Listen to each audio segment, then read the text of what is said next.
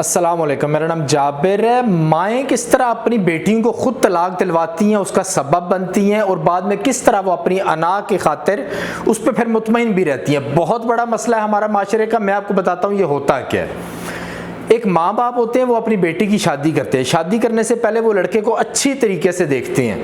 وہ لڑکا کوئی کام نہیں کرتا ہوتا، اس لڑکے کے گھر بھی چھوٹا سا ہوتا ہے، 2 کمرے ہوتے ہیں، اس کی ماں جو ہوتی ہے اس کا گھر میں کنٹرول ہوتا ہے، اس کا باپ ایک شریف آدمی ہوتا ہے۔ اس طرح ہر ایک بات ان لڑکی کے ماں باپ کو پتہ ہوتی ہے۔ وہ پہلے پتہ کر کے اس کے بعد وہ اس کے ساتھ اپنی بیٹی کی شادی کرتے ہیں۔ اچھا، بیٹی کی شادی کرنے کے بعد کچھ ہی عرصے کے بعد ان کے یہ گلے شکوے شروع ہو جاتے ہیں کہ لڑکا کماتا کیوں نہیں ہے،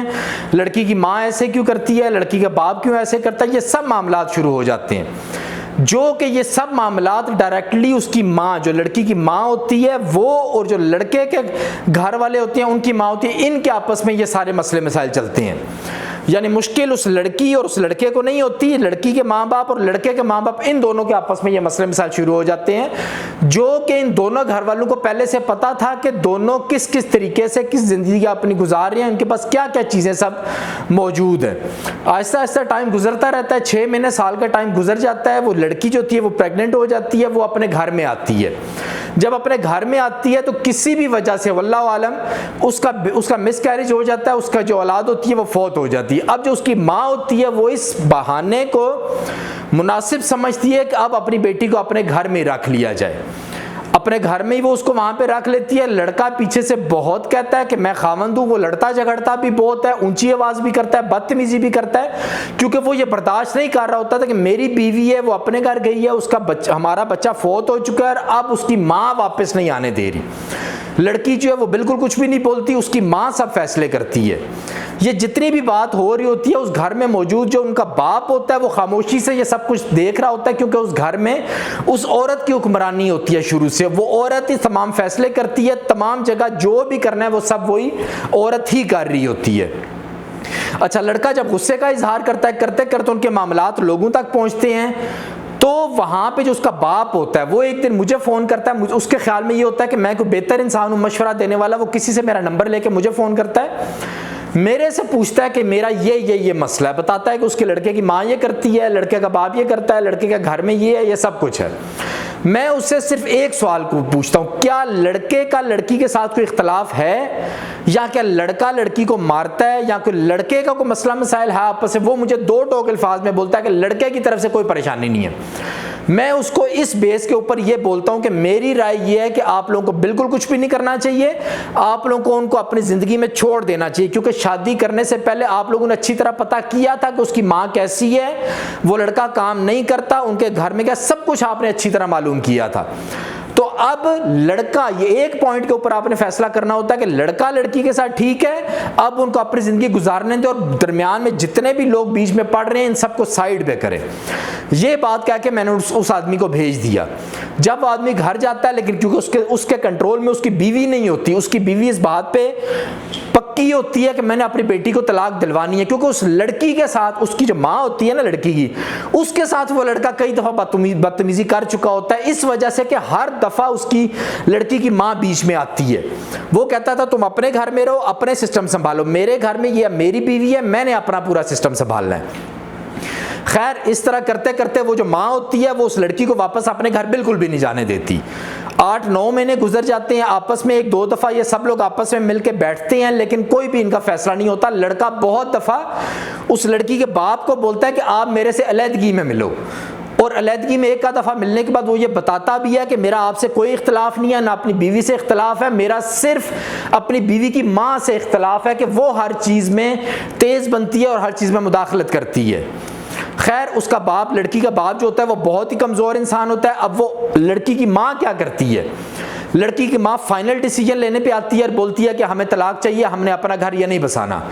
وہ کیا کرتی ہے، کیونکہ اس کے جو بھائی ہوتے ہیں نا، وہ اس کے بھائی، 3 بھائی اس کے، تینوں اسی کے مائنڈ سیٹ کے ہوتے ہیں، اور ان کا یہ ماحول کبھی بھی نہیں ہوتا کہ انہوں نے اپنی بہن کی غلطیوں کو، وہ ان کو پتہ ہے کہ ہماری بہن غلط ہے، اس کے باوجود ان کا یہ ہوتا ہے کہ ہمارا آپس میں اتفاق رہنا چاہیے، ہم نے کبھی اپنی بہن کو اونچی آواز میں نہیں بولنا کہ تم غلط ہو۔ اچھا، اسی سوچ کے ساتھ وہ اپنے عورت جو ہے اپنے 3 بھائیوں کو اکٹھی کرتی ہے فائنل فیصلہ کرنے کے لیے۔ جب جو کہ لڑکی کا باپ ہوتا ہے اس کے بھائی بھی بہت عقل مند ہوتی ہیں، لیکن وہ ان میں سے کسی کو بھی اس مسئلے میں درمیان میں نہیں آنے دیتی، کیونکہ اس کو پتہ ہوتا ہے کہ یہ جو میرے خاوند کے بھائی ہیں یہ سب ڈیفرنٹ مائنڈ سیٹ کے ہیں، یہ کبھی بھی طلاق لینے کا مشورہ نہیں دیں گے، اس لیے وہ ان کو بیچ میں آنے ہی نہیں دیتی، صرف اپنے بھائیوں کو اکٹھا کرتی ہے۔ اور اسی طرح توقع کے مطابق جب وہاں پہ بیٹھتے ہیں بات ہوتی ہے، اینڈ پہ جب وہاں سے اٹھتے ہیں تو ان کے بھائی بالکل اونچی آواز میں اپنی بہن کو نہیں بولتے کہ تم سارا یہ غلط کر رہی ہو، بلکہ اپنی بہن کو یہی بولتے ہیں تم جو بہتر سمجھتی ہو وہ کر لو۔ اور بہن پہلے سے تیار بیٹھی ہوتی ہے، وہ اپنے بھائیوں میں سے ایک بھائی کو ساتھ ملاتی ہے اور فائنل کر لیتی ہے کہ طلاق دے دینی ہے، اپنے اس بھائی کو کورٹ میں بھیجتی ہے، کورٹ میں جا کے وہ اس کا بھائی خلا لے آتا ہے، اپلیکیشن دائر کرتا ہے اور وہاں سے خلا لے آتا ہے۔ جو اس بیوی کا، اس لڑکی کا خامند ہوتا ہے وہ ابھی تک یہی کہہ رہا ہوتا ہے کہ میں نہیں طلاق دینا چاہتا، میں کوئی مسئلہ نہیں چاہتا، مجھے صرف اختلاف اس کی ماں سے ہے، لیکن اس کی ماں اپنی ضد اور اپنی انا کی خاطر یہ پورا کام کرتی ہے اور اپنے بھائی کو کورٹ میں بھیج کے خلا لے لیتی ہے اور طلاق لے لیتی ہے۔ اب یہاں پہ جو چیزیں سبق سیکھنے والی ہیں، جن سے یہ ہر دوسرے گھر کی کہانی ہے، اسی سے ملتی جلتی کہانی ہر دوسرے گھر کی، آپ اپنے سبق کیسے سیکھ سکتے ہیں۔ وہ جو لڑکا تھا جس کی وہ بیوی تھی، اس کو لازمی کچھ نہ کچھ کمائی کرنی چاہیے تھی، اپنے جو معاملات ہیں میاں بیوی کے وہ سب کا اخراجات اس کو اٹھانا چاہیے ہوتا ہے، اس کو لازمی کچھ نہ کچھ کام کرنا چاہیے، کوئی ہنر سیکھنا چاہیے، کوئی کام سیکھنا چاہیے، یہ نہیں کہ صرف ماں باپ کے پیسوں پہ پلتا رہے۔ جب ماں باپ کے پیسوں میں پلے گا تو ان کی ماں یا ان کے باپ پیچھے مداخلت کریں گی، وہ تمہاری بیوی ہے، تمہارے معاملات، تمہارے سب کچھ تمہارے ماں باپ کے حوالے نہیں ہونے چاہیے، بلکہ تمہیں اپنی زندگی کا ذمہ دار ہونا چاہیے۔ اور وہ جو لڑکی ہے جس کو طلاق ہوئی ہے، اس لڑکی کے لیے یہ نصیحت ہے کہ آپ کی شادی سے پہلے آپ کے ماں باپ سب کچھ آپ کے لیے ہوتے ہیں، آپ کی شادی کے بعد آپ کا خاوند ہوتا ہے۔ جس ٹائم پہ آپ کی ماں نے آپ کو روکا تھا گھر میں، آپ کو وہاں پہ یہ بولنا چاہیے تھا کہ نہیں، میرے لیے وہی میرا سب کچھ ہے، جب تک میں اس کے نکاح میں ہوں وہ جیسا کہے گا، جو کہے گا، میں اسی کی بات مانوں گی، مجھے اپنے گھر واپس جانا چاہیے۔ اور وہ جو باپ ہے، جو لڑکی کا باپ ہے، جو آج دن تک چپ ہے، اس کو یہ چاہیے کہ اپنے گھر کا کنٹرول جو ہے عورتوں کے ہاتھ میں نہ دے۔ جب عورتوں کے ہاتھ میں کنٹرول دیا جاتا ہے، یہ اللہ پاک کو بھی منظور نہیں ہے، اللہ پاک بھی اس سے خوش نہیں ہوتے۔ عورتیں جب اپنی مرضی سے فیصلہ کرتی ہیں آگے بڑھ کے، تو وہ اسی طرح وہ بدنامی اور وہ لوگوں کی زندگیاں خراب کرنے کا ہی سبب بنتی ہیں۔ اور اس عورت جو اس لڑکی کی ماں ہے، اس کے لیے یہ نصیحت ہے